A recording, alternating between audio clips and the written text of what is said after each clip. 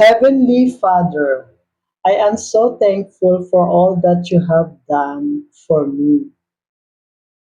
I thank you for loving me and helping me understand what love is. Strengthen me in times that are difficult, aiding me when I am hurt so that I can love even my enemies.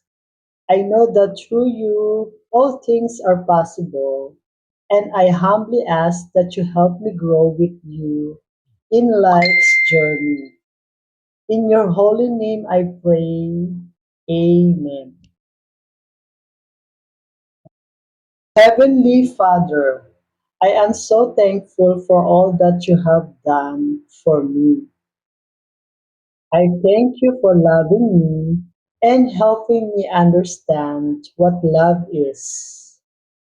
Strengthen me in times that are difficult, aiding me when I am hurt so that I can love even my enemies. I know that through you all things are possible, and I humbly ask that you help me grow with you in life's journey.